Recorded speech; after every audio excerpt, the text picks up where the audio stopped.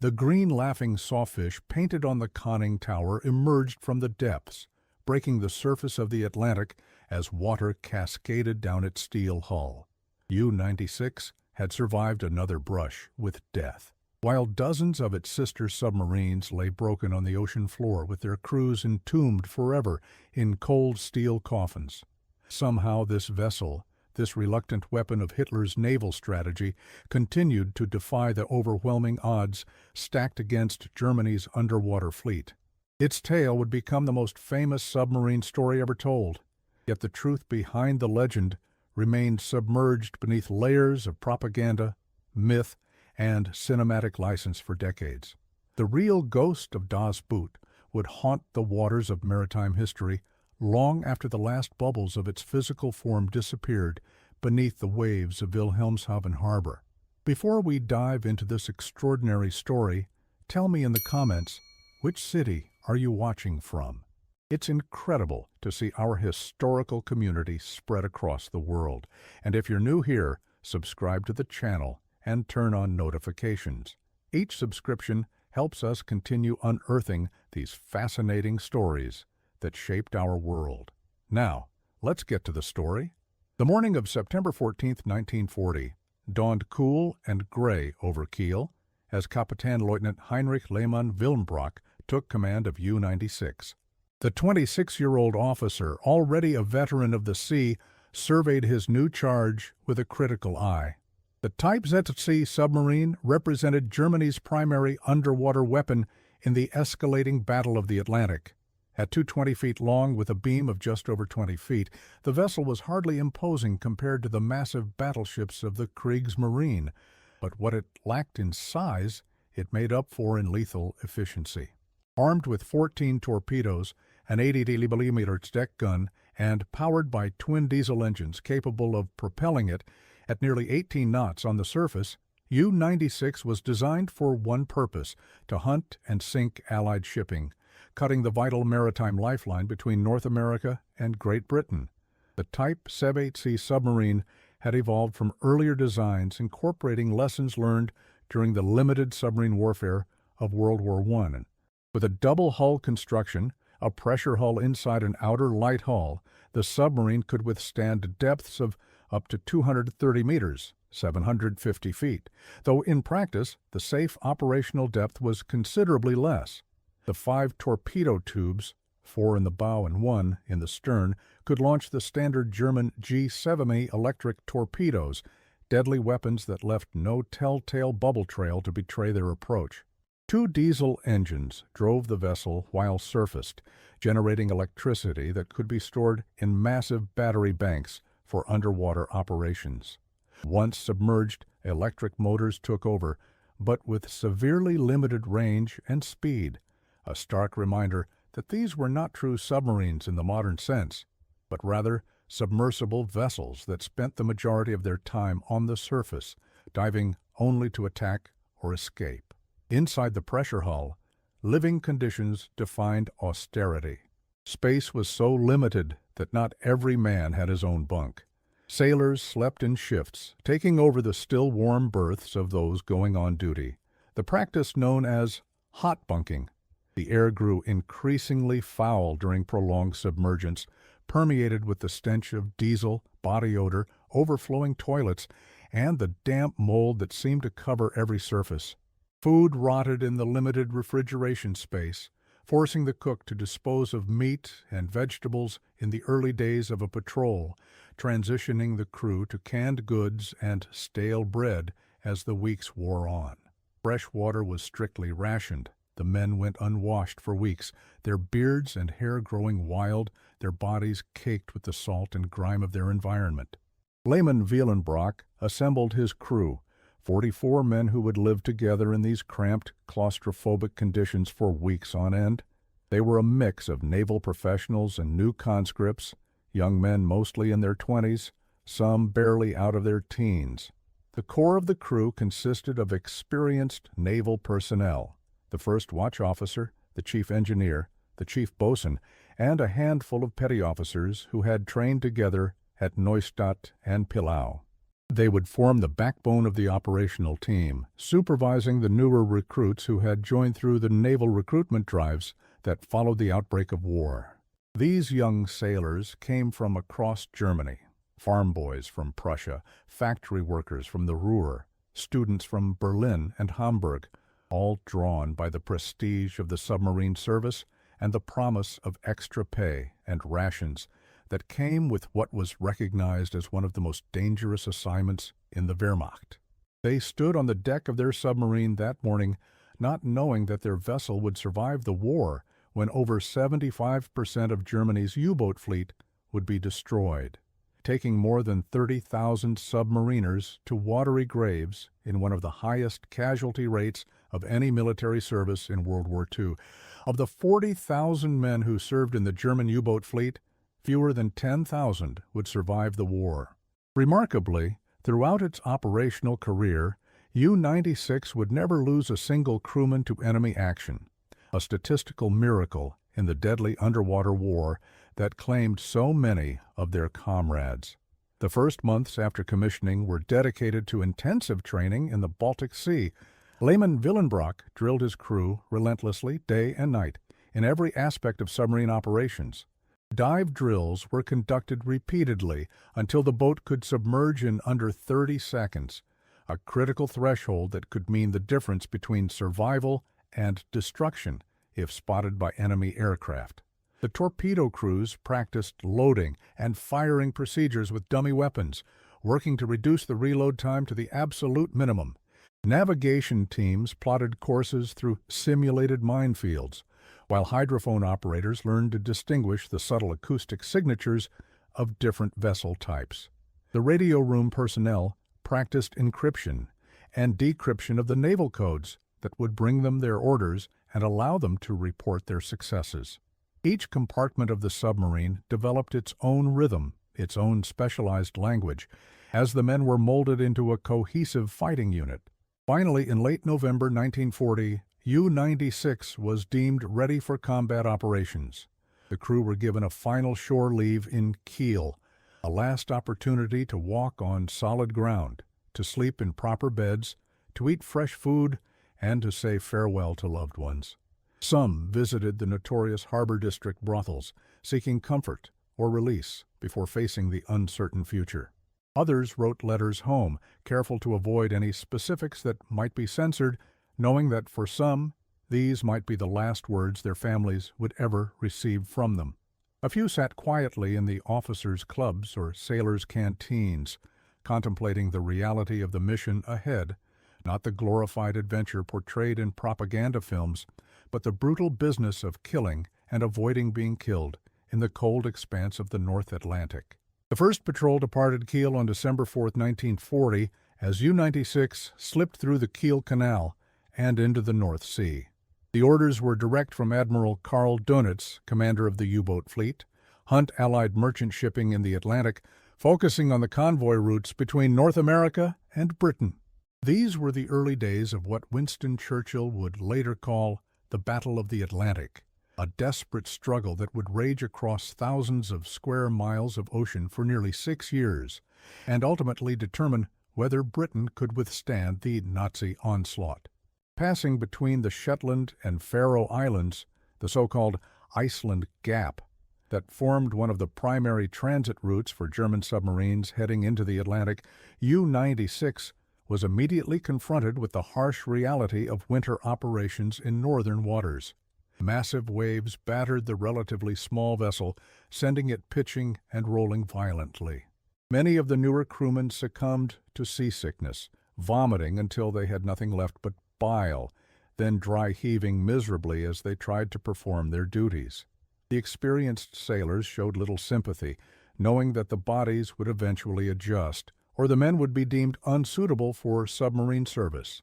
The cold was relentless, seeping into the metal hull and chilling the men to their bones, especially those who had to venture onto the exposed bridge for watch duty. The biting wind and freezing spray made the 2-hour watches feel interminable, and men came below with their clothes frozen stiff, their faces numb with cold. Despite these hardships, the patrol route took them into the prime hunting grounds west of Ireland and Scotland, where the vital North Atlantic convoy routes converged.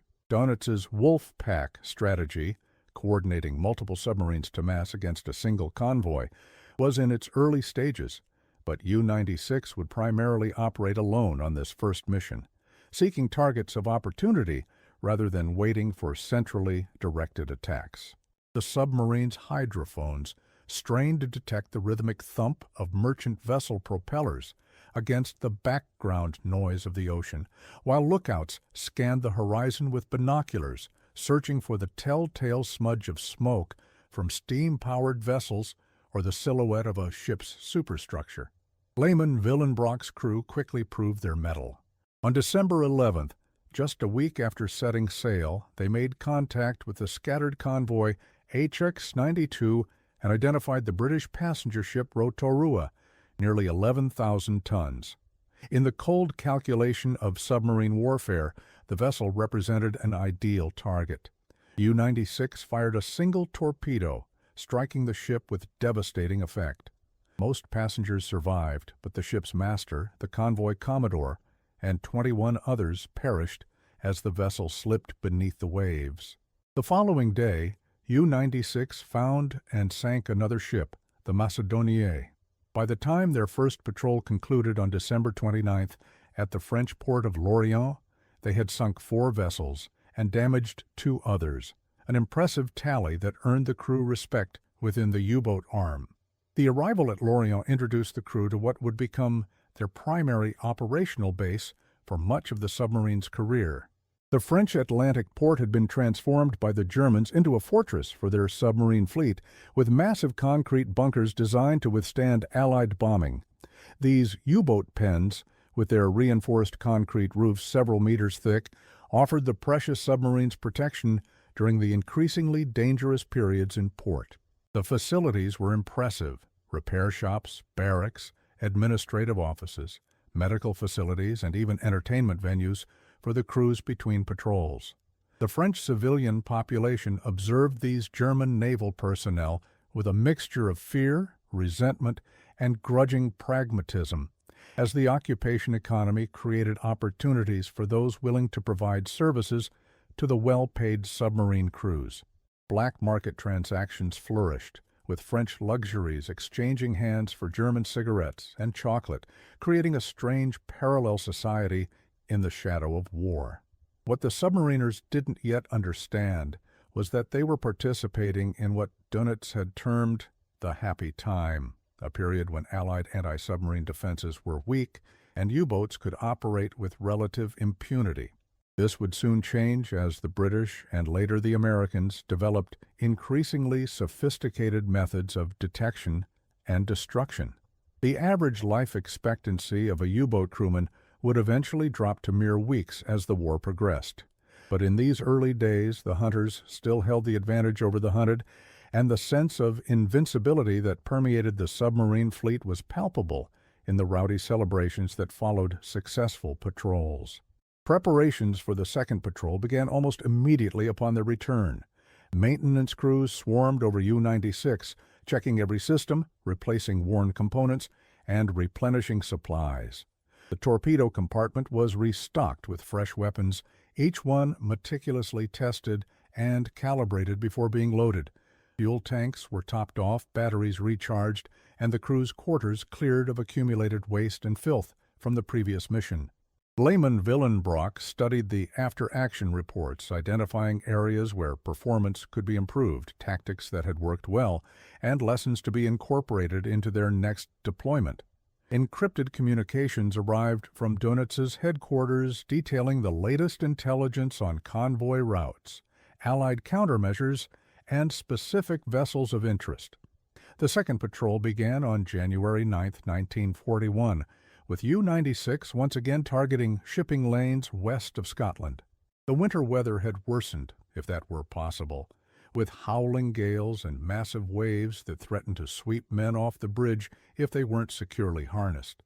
Ice formed on the deck gun and external equipment, requiring dangerous expeditions outside the relative safety of the pressure hull. to chip it away before it accumulated enough to affect stability. Visibility was often reduced to near zero by driving snow and sea spray, forcing greater reliance on hydrophone detection and educated guesswork when identifying potential targets. Yet despite these challenges, the hunting remained good. On January 16th, they sank the Oropesa, a 14,000-ton passenger and cargo vessel. A day later came the submarine's most devastating attack when they torpedoed the Almeida Star. The passenger liner went down with all 360 souls aboard, crew and passengers alike. The terrible mathematics of tonnage versus human lives was a burden that submariners carried silently, suppressing the moral implications of their actions beneath the justification of duty and war necessity. Years later, some would speak of the nightmares that followed them home from the depths, the faces of the drowning that haunted their dreams long after the guns had fallen silent. The war diary entry for the Almeida Star sinking is clinically detached. 9:01 hours, fired single torpedo at passenger steamer, hit amidships, vessel lists rapidly to port. No radio message detected. 09:27 hours, vessel has sunk completely. No survivors observed. There is no mention of the pandemonium that must have engulfed the stricken ship in those 26 minutes. The desperate struggle to launch lifeboats into the stormy seas, the terrified passengers trapped in flooding compartments, the final moments as the icy waters claimed hundreds of lives. Such details were unnecessary for the operational record and perhaps too difficult to contemplate for men who had to continue their mission regardless of the human cost. After completing the second patrol on January 22, 1941, U-96 underwent a brief refit before departing for its third mission on January 30th. This pattern would continue through the spring and summer of 1941, with the submarine alternating between offensive patrols and brief periods in port for resupply and maintenance. The crew settled into the rhythm of this existence, their lives divided between the claustrophobic intensity of operations and the raucous interludes in Lorient or Saint-Nazaire. Some found the transitions increasingly difficult, struggling to reconcile the life and death struggle at sea with the almost surreal normality of port activities. Others embraced both worlds with equal vigor, grateful for the respite, however brief, before returning to the hunt. Throughout the spring and summer of 1941, U-96 continued its deadly work across the Atlantic. The submarine joined several of Donitz's wolf packs, including Operations Hammer, Groenland, Kurfürst, and Seawolf, coordinating with other U-boats to overwhelm convoy defenses through mass attacks. These operations represented Donitz's tactical ideal, multiple submarines making contact with a convoy, shadowing it while summoning reinforcements, then attacking simultaneously from different directions during the night, withdrawing to reload, and attacking again until the escorts were exhausted and disorganized. When successful, such tactics could devastate a convoy, sending dozens of merchant vessels to the bottom and tens of thousands of tons of vital war material into the depths. By autumn, as the submarine prepared for its seventh patrol, the tide of the underwater war was beginning to turn. New escort vessels, improved ASDIC sonar, and airborne radar were making the hunters increasingly vulnerable. The development of high-frequency direction finding, known to the Allies as Huff Duff, allowed escort vessels to pinpoint U-boat radio transmissions rapidly. The introduction of air cover, first from land-based aircraft with increasing range and later from escort carriers, meant that the submarines faced danger from above during the critical surface running, needed to recharge their batteries. Improved depth charges and tactical coordination among escort vessels made evasion after an attack increasingly difficult. Despite these challenges, the German submarine fleet remained a formidable weapon, and U-96 continued to rank among its most successful vessels. Lehmann Willenbrock had been awarded the Knight's Cross in March 1941 after his fourth patrol, a prestigious recognition of his skill and the boat's accomplishments. The success had come at a psychological cost, however, the constant tension of hunting while being hunted, the responsibility for the lives of his crew, and the accumulating weight of the deaths they had caused began to wear on the young commander. In private moments, he confided to his first officer that he sometimes wondered whether any strategic objective could justify such wholesale slaughter, though he never allowed such doubts to interfere with the execution of his duty. It was during this period of transition that war correspondent Lothar Günther Buchheim was assigned to join the crew of U-96 as an official propaganda photographer and writer.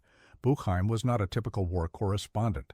At 23, he had already established himself as a talented artist and writer with connections to influential figures in the Reich's propaganda apparatus.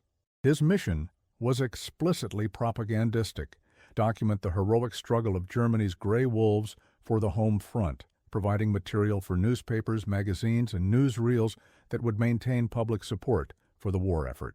He arrived at Saint-Nazaire with a considerable amount of camera equipment and an outsider's curiosity about the submarine service that was somewhere between admiring and skeptical. On October 27, 1941, U-96 departed Saint-Nazaire with Buchheim aboard, beginning a 41-day patrol that would later be immortalized in his semi-autobiographical novel and the acclaimed film Das Boot. The reality of this patrol, however, differed significantly from the dramatized version that captivated audiences decades later. Though there were moments of intense combat and danger, including an encounter with convoy OS-10 that resulted in the sinking of the Benecom on October 31st, much of the patrol consisted of the monotonous reality of submarine warfare. Endless hours of searching empty horizons, false alarms, equipment maintenance, and the psychological pressure of confined quarters. Buchheim's presence was not universally welcomed aboard U-96. As a civilian and a propaganda officer, he occupied an ambiguous position in the submarine's rigid hierarchy. Some crewmen viewed him with suspicion, concerned that his reports might reflect poorly on them or that he might be evaluating their political reliability. Others were simply annoyed at having to accommodate another body in the already overcrowded vessel. Lehman Willenbrock maintained a professional but somewhat distant relationship with the correspondent, allowing him access to most areas of the submarine, but never fully incorporating him into the command team's confidence. Despite these interpersonal complications, Buchheim proved himself to be a dedicated documentarian. He photographed everything: the cramped machinery spaces with their endlessly complex piping and wiring, the control room with its banks of gauges and valves, the sailors in various states of exhaustion, concentration, and relaxation, the officers plotting courses and calculating firing solutions. He captured the incredible contrast between the ferocious storms on the surface and the eerie calm of submerged operations, between the frantic activity of an attack and the soul-destroying boredom of endless patrols. His camera recorded the growth of beards, the darkening circles under eyes, the gradual deterioration of cleanliness and order as the patrol stretched on. His notes captured conversations, technical details, and personal impressions that would later form the foundation of his literary work.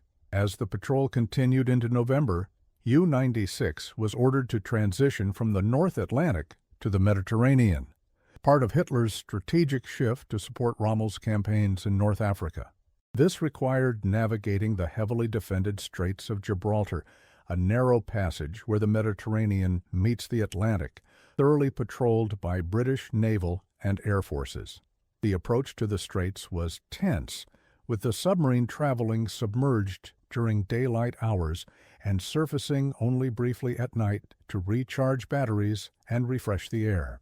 As they neared the critical choke point, the crew was kept at high alert, with extra lookouts posted and all systems prepared for emergency dive.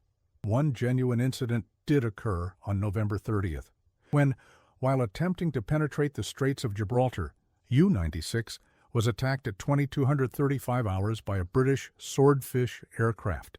The biplane, though obsolete by contemporary aviation standards, was a dangerous adversary for submarines, capable of appearing suddenly out of the darkness and deploying depth charges, before a U-boat could dive to safety.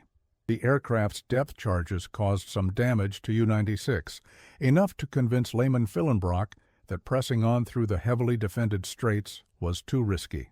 The submarine dived to escape further attack, surfaced the next morning at 04:45 hours to assess the damage, and ultimately decided to abort the Mediterranean mission and return to base. The submarine arrived back at St. Nazaire on December 6, 1941, just one day before the Japanese attack on Pearl Harbor would transform the global strategic situation. The much more dramatic, extended underwater ordeal depicted in Das Boot, where the submarine is severely damaged and sinks to the seafloor, trapped at extreme depth while the crew works desperately to make repairs, was largely a product of artistic license, compressing and intensifying real events for dramatic effect. The actual incident was serious, but brief, and at no point was U-96 in danger of being crushed by pressure or trapped on the bottom. Similarly, the film's portrayal of the crew's return to St. Nazaire, where they arrived during an air raid that kills many of them, bears little resemblance to the historical record. The real U-96 returned without further incident, and not a single crewman was lost during this or any other patrol in the submarine's operational history. Buchheim's experience aboard U-96 had a profound effect on him, though his relationship with the crew was complex and sometimes tense.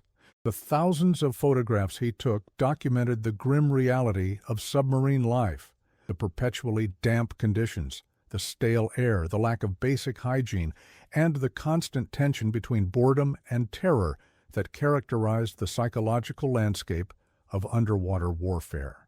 Yet his later portrayals of the U-boat service, particularly his criticisms of Admiral Dönitz, and what he viewed as the needless sacrifice of young men in an increasingly futile campaign, would prove controversial among veterans.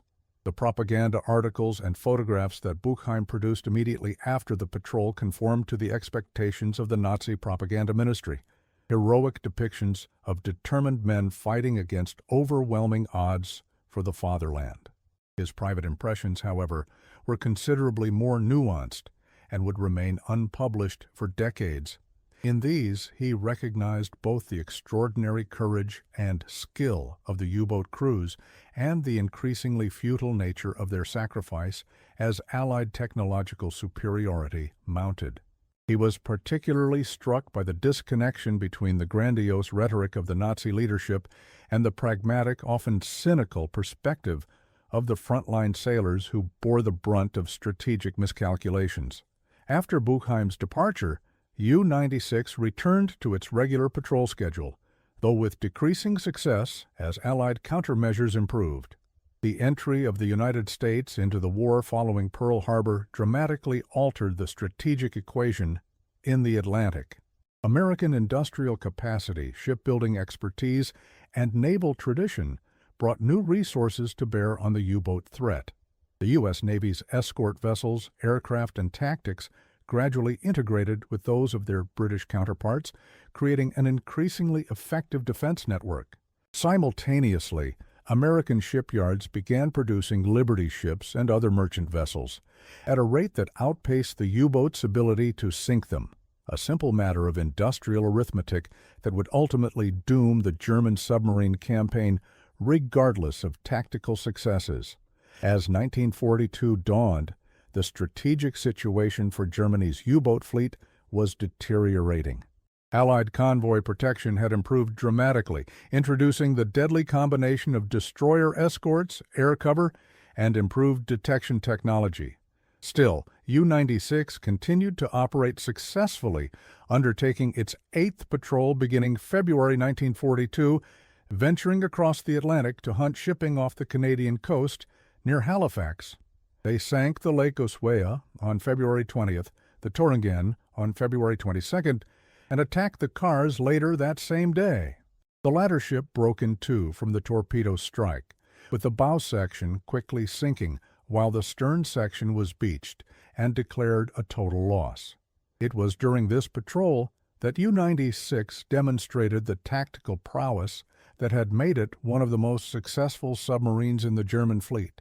When hunting the Scottish Standard on February 21st, they approached to within 500 yards before launching their torpedo, an extraordinarily close attack that demonstrated Lehman Willenbrock's skill and daring. The vessel had already been damaged by a German Focke-Wulf Condor aircraft, and its crew had abandoned ship, but U-96 delivered the killing blow, sending it to the bottom. The coordination between air and submarine forces represented a tactical innovation that the German Navy had been developing throughout the war. Long-range Focke-Wulf Condor aircraft operating from bases in occupied France could patrol vast areas of ocean that were beyond the reach of submarine scouts, identifying and sometimes attacking Allied convoys before vectoring U-boats to the location. This cooperation extended the effective range of the submarine force and helped overcome one of its greatest limitations, the difficulty of locating targets in the vast expanse of the Atlantic. However, the Germans never fully integrated their air and naval forces to the degree that the Allies eventually would, a failure of inter-service cooperation that reflected deeper organizational problems within the Nazi military structure. In March 1942, after an extraordinarily successful command during which his U-boat had sunk 26 Allied vessels, Lehman Willenbrock was promoted and transferred to command the 9th U-boat flotilla. His departure marked the end of U-96's most successful period. Though the submarine would continue to operate effectively under new leadership, it would never again achieve the remarkable success rate of its early patrols. Command of U-96 passed to Oberleutnant zur See Hans-Jürgen Hellriegel, an experienced officer who had previously served as first watch officer on another submarine. Hellriegel inherited a well-trained crew and a vessel with a distinguished combat record, but also one facing increasingly challenging operational conditions. Under his leadership, the submarine continued operations, though with diminishing results as Allied anti-submarine warfare reached new levels of effectiveness. By late 1942, the era that Dönitz had once called the happy time was decidedly over. U-boats were now the hunted rather than the hunters, with every surface exposure representing a potentially fatal risk. The evolution of Allied anti-submarine tactics had been remarkably swift. The introduction of aircraft equipped with centimetric radar, operating at wavelengths the German detectors couldn't identify, meant that U-boats could be spotted on the surface at night or in poor visibility before they were aware of the threat. The deployment of forward-throwing anti-submarine weapons like Hedgehog and Squid eliminated the blind spot that had previously protected submarines during the crucial moments after a depth-charge attack. The breaking of German naval codes through the Ultra program gave Allied commanders advance warning of U-boat dispositions and planned operations. Perhaps most significantly, the closing of the air gap in the mid-Atlantic through the use of very long-range aircraft and escort carriers meant that there was no longer any safe haven where submarines could surface with impunity. Despite these mounting challenges, U-96 continued to operate throughout 1942 and into early 1943. The 10th Patrol, beginning in September 1942, saw the submarine operating as part of the Vorwärts Wolf Pack, attacking Allied convoys in the increasingly dangerous waters of the North Atlantic. This was followed by the 11th and final combat patrol in January 1943, when U-96 joined the Jaguar Group in one of the last major coordinated U-boat operations before the catastrophic losses of Black May 1943 forced a temporary withdrawal from North Atlantic operations. Perhaps the most remarkable aspect of U-96's operational history was that throughout 11 war patrols, sinking 27 ships totaling more than 180,000 gross registered tons and damaging 4 others, the submarine never lost a single crew member to enemy action. In a service where 75% of personnel would ultimately perish, this represented an almost miraculous record. Some attributed it to Lehman Willenbrock's exceptional leadership and tactical judgment, others to the high level of training and discipline maintained aboard, and still others simply to the capricious fortune of war that spared one vessel while condemning so many others. The human dimension of this statistical anomaly is difficult to overstate. While hundreds of other U-boats vanished with all hands, their final moments known only to their destroyers and the unforgiving sea, the men of U-96 repeatedly returned home to loved ones, comrades, and the relative safety of their bases. They experienced the peculiar survivor's guilt that comes from watching friends and colleagues depart on similar missions, never to return while somehow managing to cheat death themselves. For many, this luck seemed almost suspicious, as if they were being spared for some greater tribulation yet to come. Others developed personal superstitions and rituals, desperate to maintain whatever mysterious protection had thus far preserved them. The strategic tide had turned decisively against the U-boat fleet by 1943. Advanced Allied technology, including the deployment of escort carriers, improved depth charges, and the breaking of German naval codes, had rendered the underwater campaign increasingly suicidal. In May 1943 alone, 41 U-boats were sunk, roughly 30% of the operational fleet, forcing Dönitz to temporarily withdraw his forces from the North Atlantic. U-96 completed its final combat patrol early that year and was subsequently assigned to training duties with the 24th U-boat flotilla, then later with the 22nd Flotilla as a schoolboat. The deadly hunter had been reduced to teaching the next generation of submariners skills that were increasingly unlikely to ensure their survival. The transition to a training role represented a significant change in the submarine's operational profile. Based first at Memel on the Baltic coast and later at Wilhelmshaven, U-96 now hosted a rotating cadre of submarine trainees, officer candidates, and enlisted specialists who needed practical experience before being assigned to combat vessels. The training regimen was thorough, but necessarily compressed as the desperate need for replacement crews grew with each passing month. Diving procedures, torpedo attacks, damage control, and emergency protocols were practiced repeatedly, with instructors creating increasingly challenging scenarios to test the trainees' responses under pressure. There was a certain irony in the fact that one of the most successful combat submarines was now teaching tactics that had been largely rendered obsolete by Allied technological advances. The training still focused on surface attacks at night, even as radar made such approaches increasingly suicidal. It emphasized torpedo conservation and selective targeting, even as convoy escorts became so effective that any attack opportunity had to be seized immediately.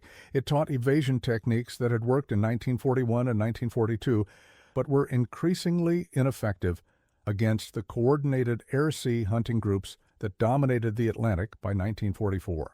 As the war situation for Germany deteriorated on all fronts, the strategic irrelevance of the U-boat fleet became increasingly apparent to everyone except Hitler and the most devoted Nazi leadership. The introduction of the snorkel device, allowing submarines to run their diesel engines while at periscope depth, and the development of the revolutionary type von Rücken's electroboat with its greatly increased underwater performance came too late to alter the strategic balance. The training mission of vessels like U-96 became an exercise in diminishing returns, preparing men for a campaign that had already been decisively lost. In February 1945, with Germany's defeat looming, U-96 was officially decommissioned at Wilhelmshaven. The war that had begun with such promise of swift victory had devolved into a desperate struggle for survival. The once proud submarine, veteran of 11 war patrols and countless engagements, was stripped of essential equipment and weapons, its crew reassigned to shore defense duties, or to the handful of newer submarines still conducting limited operations. The vessel that had been a home and weapon for hundreds of sailors over its operational life was reduced to an empty hull, awaiting whatever final disposition the chaotic end of the Third Reich might bring. On March 30, 1945, as Allied bombers pounded German naval installations in their final offensive pushes, U-96 met its end, not in the deep Atlantic hunting grounds where it had made its reputation, but in port. American bombs struck the Hipper basin at Wilhelmshaven, where the submarine lay moored, sending it to the bottom in shallow water. A month later, Hitler would commit suicide in his Berlin bunker, and within days, Germany would surrender unconditionally. The submarine that had once epitomized the Nazi naval threat ended its career as just another piece of twisted metal in the ruins of the thousand-year Reich that had lasted barely a dozen years. In the immediate aftermath of the war, U-96 was largely forgotten. The victorious Allies were concerned with larger vessels, the surviving German surface fleet that could be claimed as war prizes, and the advanced Type Valiant submarines that represented the future of underwater warfare. The wrecks of conventional U-boats like U-96, especially those damaged beyond salvage, were of little interest except as scrap metal. Some were razed and broken up, others were simply left where they lay, gradually deteriorating in the brackish harbor waters. Records of exactly what happened to U-96's physical remains are incomplete, lost in the chaotic administration of occupied Germany. The physical vessel was gone, but the legend of U-96 was just beginning its journey through the cultural imagination. Buchheim's photographs and notes from his time aboard would remain largely unpublished for decades as he struggled with his wartime experiences.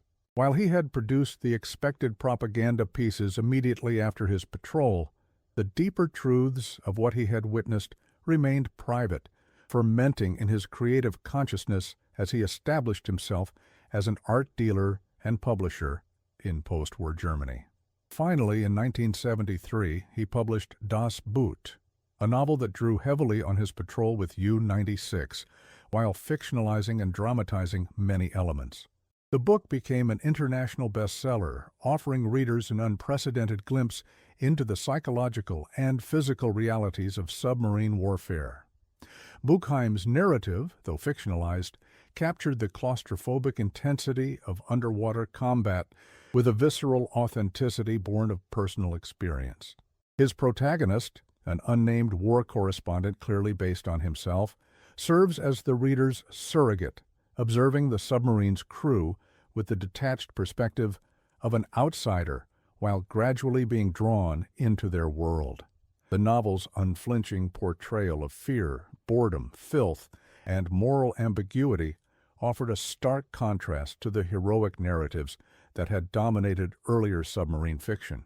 Das Boot provoked controversy in Germany, particularly among U-boat veterans who objected to certain aspects of Buchheim's portrayal. Some felt he had exaggerated the fear and tensions aboard, presenting the crew as more psychologically fragile than they had actually been.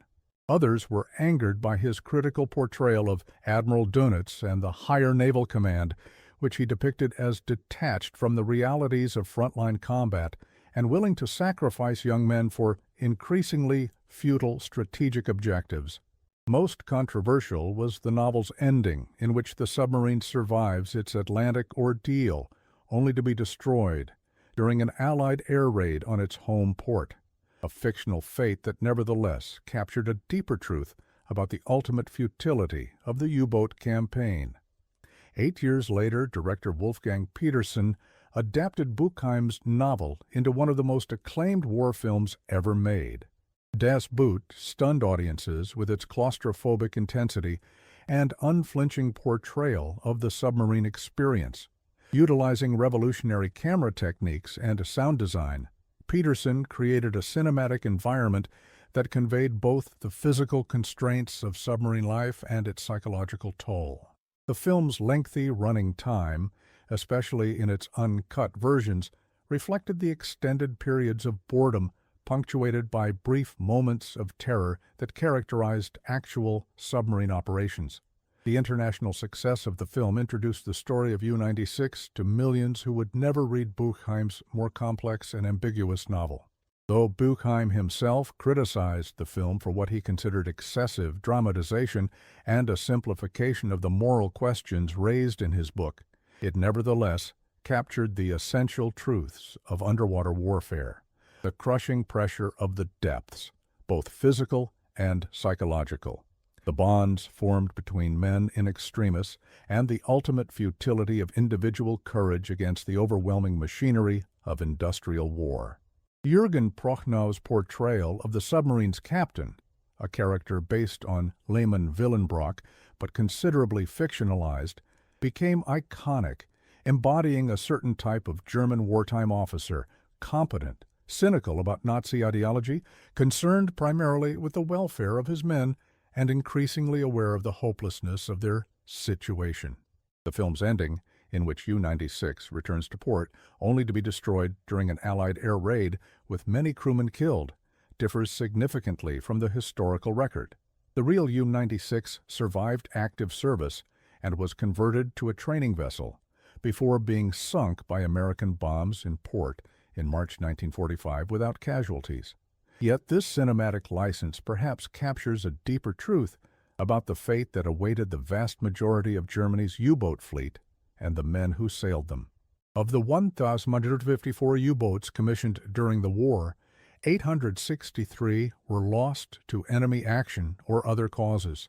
Of those destroyed in combat, few met their end as dramatically as the fictional U-96. Most simply disappeared beneath the waves with all hands, their final moments, known only to those who did not survive to record them. In the decades following the war, the wreck of U-96 lay largely forgotten in the shallow waters of Wilhelmshaven. During the post-war reconstruction, parts of the harbor were filled in, potentially burying the submarine's remains under layers of sediment and development. Unlike other famous shipwrecks that have become underwater monuments or museums, U-96 faded into physical obscurity even as its legend grew. Some reports suggest the vessel was eventually salvaged and scrapped, though definitive evidence remains elusive, a fitting metaphor for the way in which history and mythology intertwine in the submarine story. The men who served aboard U-96 scattered after the war, their futures as diverse as their backgrounds. Lehman Willenbrock, like many former U-boat commanders, found work in the merchant marine, eventually becoming a captain for the North German Lloyd Shipping Company. His wartime experience and leadership abilities served him well in civilian maritime service, and he rose to significant positions within the post-war German shipping industry. Other crew members returned to the trades and professions they had left behind, became farmers, teachers, engineers, or businessmen in the new Federal Republic. Some never fully adjusted to civilian life, haunted by their wartime experiences, and struggling with what would now be recognized as post-traumatic stress disorder. The green laughing sawfish that had been U-96's emblem, a design chosen by Lehman Willenbrock that later became the symbol of the entire 9th U-boat flotilla, survived in cultural memory long after the steel hull that bore it had rusted away. It became one of the most recognized military insignia of World War II, an ironic legacy for a weapon system designed primarily for stealth and invisibility. The emblem has been reproduced on models, memorabilia, and historical displays. Its cartoonish grin, a jarring contrast to the deadly serious business of submarine warfare. Some have interpreted the laughing predator as a perfect encapsulation of the submarine service's ethos, patient, deadly, and possessed of a certain dark humor about its grim work. Perhaps the most remarkable aspect of U-96's afterlife came in the form of a single survivor, Friedrich Grade, an engineering officer who served aboard the submarine and lived to the extraordinary age of 103, becoming the last living witness to the vessel's actual operations. Grade's longevity stood in stark contrast to the thousands of U-boat crewmen who never saw their 30th birthdays, victims of the merciless calculus of underwater warfare that claimed over 30,000 of the 40,000 men who served in Germany's submarine fleet. His recollections, recorded in interviews conducted well into the 21st century, provided a final authentic link to the historical U-96, a voice from the past that could correct misconceptions and separate fact from fiction in the submarine's increasingly mythologized story. Grade's memories of Buchheim were not particularly fond. He recalled the war correspondent as somewhat aloof and judgmental, an outsider who never fully integrated with the crew during his brief time aboard. This perspective adds an interesting dimension to our understanding of Das Boot, suggesting that the novel's critical distance from its subjects may have been as much a reflection of Buchheim's actual relationship with the crew as a literary device. Grade also confirmed that many of the most dramatic incidents in the book and film were either entirely fictional or significant exaggerations of actual events, though he acknowledged the emotional truth of Buchheim's portrayal of submarine life's hardships and tensions. The story of U-96 continues to resurface in popular culture. In 2018, a new German television series based on Das Boot was released, introducing a new generation to the submarine's legend. The series expanded beyond Buchheim's original narrative to explore broader aspects of the war at sea and on land, interconnecting the submarine story with the French resistance and the moral complexities of occupation. Though taking even greater liberties with historical fact than the original film, the series nevertheless renewed interest in the actual history of the U-boat war and the specific vessel that had become its most famous representative. The original film set at Bavaria Film Studios remains a popular tourist attraction, where visitors can explore a full-size replica of the submarine's interior, experiencing firsthand the claustrophobic conditions in which the crew lived and fought.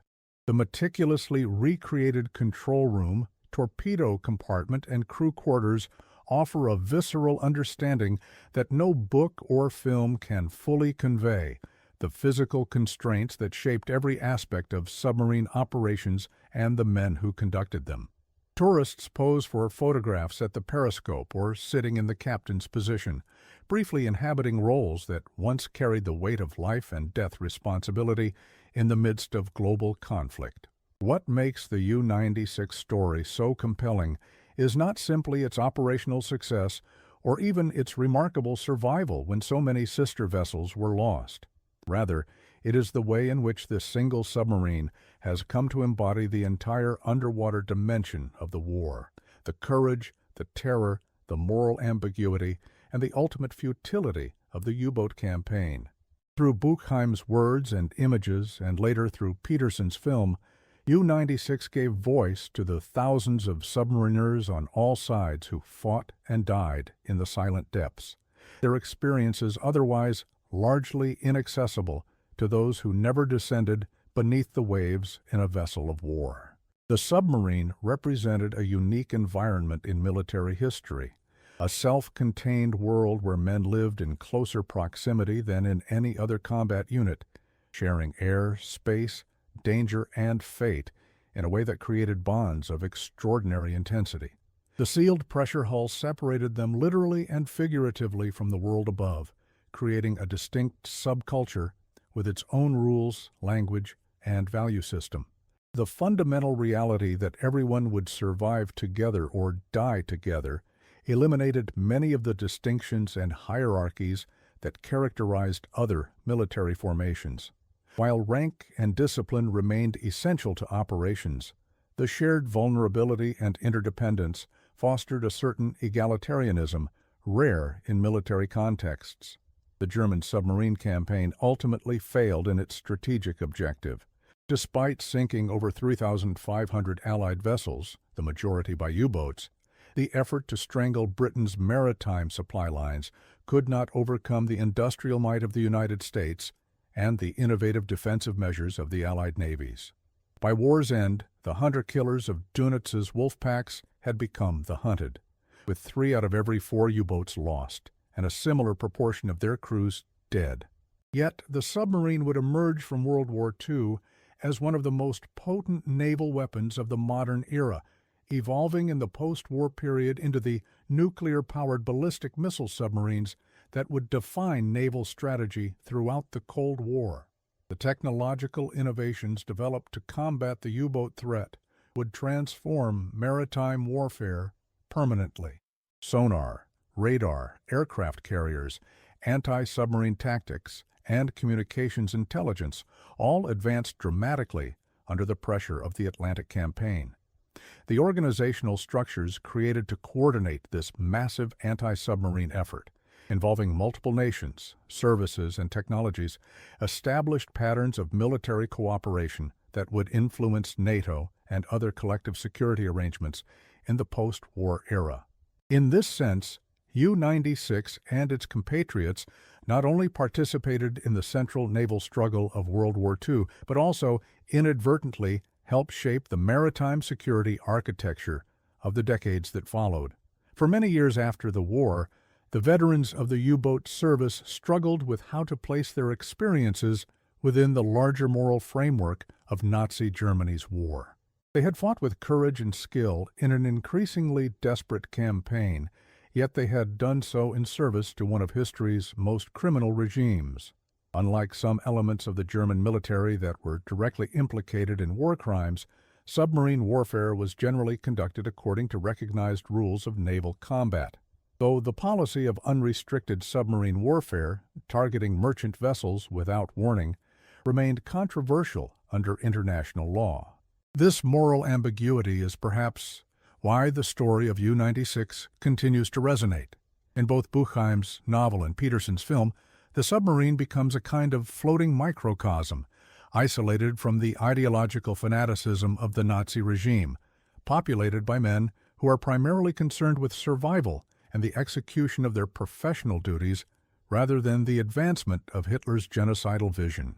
This portrayal of ordinary men caught in the machinery of extraordinary evil offers a more complex and human perspective on German combatants than was possible in the immediate aftermath of the war. The depiction raises profound questions about individual moral responsibility in times of war, questions that have no easy answers. To what extent can sailors following orders and fighting for their own survival be held accountable for their role in a larger criminal enterprise? Is there a meaningful moral distinction between bombing civilian populations from the air and sinking merchant vessels at sea? How do we reconcile the undeniable courage and sacrifice of individual combatants with the inherent criminality of the regime they served? These questions transcend the specific history of U-96 or even the submarine war, touching on universal dilemmas of human conduct under the extreme pressures of modern warfare. The historical U-96 now exists primarily in memory and imagination. Its physical remains, if they still exist at all, lie hidden beneath the redeveloped harbor of Wilhelmshaven. Yet, in a sense, the submarine has achieved a kind of immortality that its designers and crew could never have anticipated. Through literature, film, and popular culture, U-96 has become more than a weapon of war. It has become a vehicle for understanding the human dimension of submarine warfare, a floating testament to both the ingenuity and the folly of naval combat beneath the waves. The submarine story bridges the gap between military history and cultural memory, between the documented facts of operations and tonnage sunk and the more elusive realities of fear, courage, comradeship, and moral compromise. It reminds us that behind the strategic calculations, technological innovations, and statistical analyses of warfare lie individual human experiences of extraordinary intensity. The sailor listening for the dreaded sound of approaching propellers, the captain making life-or-death decisions with incomplete information, the mechanic desperately repairing damaged equipment as the pressure of the deep threatens to crush the hull. In the end, what returned from the deep was not the steel hull of U-96 itself, but rather its story, a ghost that refused to remain submerged in the dark waters of history. Like all the best historical narratives, it continues to surface in our collective consciousness, challenging us to look beneath the waves of simple patriotic narratives to the more complex currents that flow through the sea of human conflict. In doing so, it honors not only the men who served aboard this particular vessel, but all those who fought and died in the silent service, their stories otherwise lost to the immeasurable depths of time and ocean.